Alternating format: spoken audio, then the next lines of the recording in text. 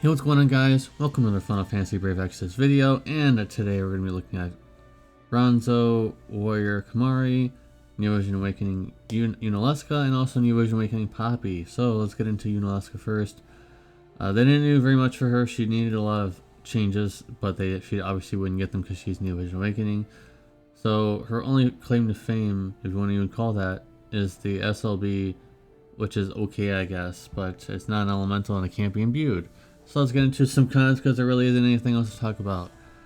The mod boost she gets for certain abilities, she does get some, are for the most ones that you never used anyways.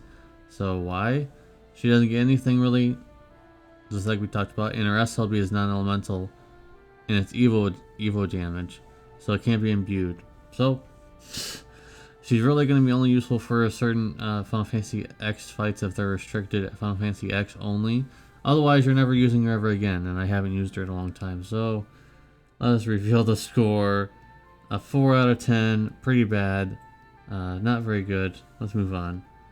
We've got Ronso Warrior Kimahri here. His S-Teamer is very good for Dragoons in the future, as well as right now. It will work on all Dragoons, including himself, of course. 500% cap, 300% TDH, 250% LB damage. Don't really care about that too much, though. He has a lot of killers, but he has even more at EX2, so he's even going to be a lot more easily geared than other Dragoons. 280 times water jump, that's with the cooldowns. And a 350 times mod max with everything, including his own S-Teamer, Ricard's S-Teamer, Ricard's vision card, his mod boosts, everything like that. So that's the max power. But with his lance, he'll get another 500 flat attack. You gotta upgrade the Spirit Lance though to be two-handed. Of course, you need two-handed. 400% jump damage, pretty standard actually. And you can mix elements even though he's locked to water, guys. The locking thing isn't as big of a deal as it used to be, guys. So, all right, so you can mix elements because it's not as big of a deal anymore, guys. We have better imperils than we used to. We definitely do. So it's not as big of a deal as it used to be, guys, because back in the day, if you mixed elements, oh my god, if you don't have the right imperil, and there's not very many imperils, and, you know, don't do it. Nowadays, it's okay because I've done multiple, you know, rank 1 clears and Clash Wheels just fine mixing some elements. Sometimes, like Olive, for example, wants to do Fire Imbue for herself, to be stronger, and I was able to get away with doing that, even though I was also mixing with Lightning. So it's pretty easy to do, guys. So easy to do, guys, and so that's not a big deal. The biggest problem is that you can't really benefit too much from the amps, and also he doesn't have a Spear Imperil, but that's alright because you can just use Roberta's LB, which gives a Spear Imperil, not too bad. So let's get into some cons here. His magic side with his SLB and everything is completely useless, and just you can pretty much just ignore it. You can pretty much pretend he doesn't even have an LB SLB because it doesn't do anything for him at all. Does absolutely nothing. I don't know what they were thinking with that. They should have just made him a Magic Dragoon if they wanted to do that. And all Dragoons, no matter how good or how weak they are, Sky and all that kind of stuff, is really only good in Dark Visions in terms of jumping because you can actually get away with it. You can actually stall long enough for them to work. But in Clash Royale, when's the last time anyone's ever used a jumper? Unironically, unless you wanted to test it, because there's been almost, I don't think I've ever seen any rank 1 clears that you're using Dragoons. So no matter who it is, Kain, Roberta, because she's used for a base form mostly, Kimahri, Sky, you're using her for Brave Shift LB. So you're really only using Dragoons in Dark Visions events, and even then there's other finishers available that you could use that are even better than this. So all Dragoons aren't very good right now. They need to be reduced to 1-turn jumps, and they need to be changed mechanically so that they'll benefit from certain buffs, like amps, for example, because Dragoons came out before amps existed, so they need to be changed to be able to benefit from that. So let us reveal the score here, guys. A 7.5 out of 10. He's very strong in terms of mods, and you can get pretty high attack, but there's a lot of things involved with him being bad, but all Dragoons are kind of in the bad section, not just him. And also his S tier is very good though, so that kind of raises his score by a 0.5. So with that being said, guys, let's move on to Poppy. Alright, we've reached the end of our destination here, guys. Let's talk about Poppy.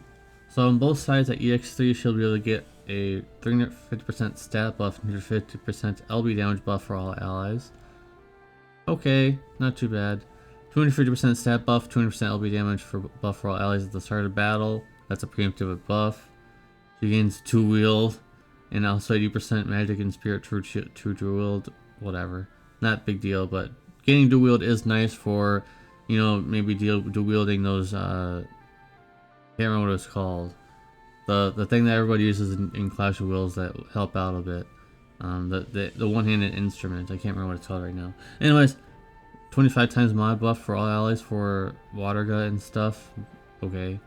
I've never used this, but it's just to mention. Maybe it'll be more useful in global. I don't know. And she has permanent triple cast, but you still need to use that one move, that 0 MP move, so that her abilities become better. So even though she has triple cast and it's unlocked permanently, you still need to use that every now and then to make her other abilities better. In the Brave Shift form, she has like 60% separate single target light, water, and wind cooldown for one ally. So it was pretty good on JP, but on global it might not be as valuable, but it's still pretty good. I mean, 60% is still not too bad. And she also has a lot of stat buffs and things.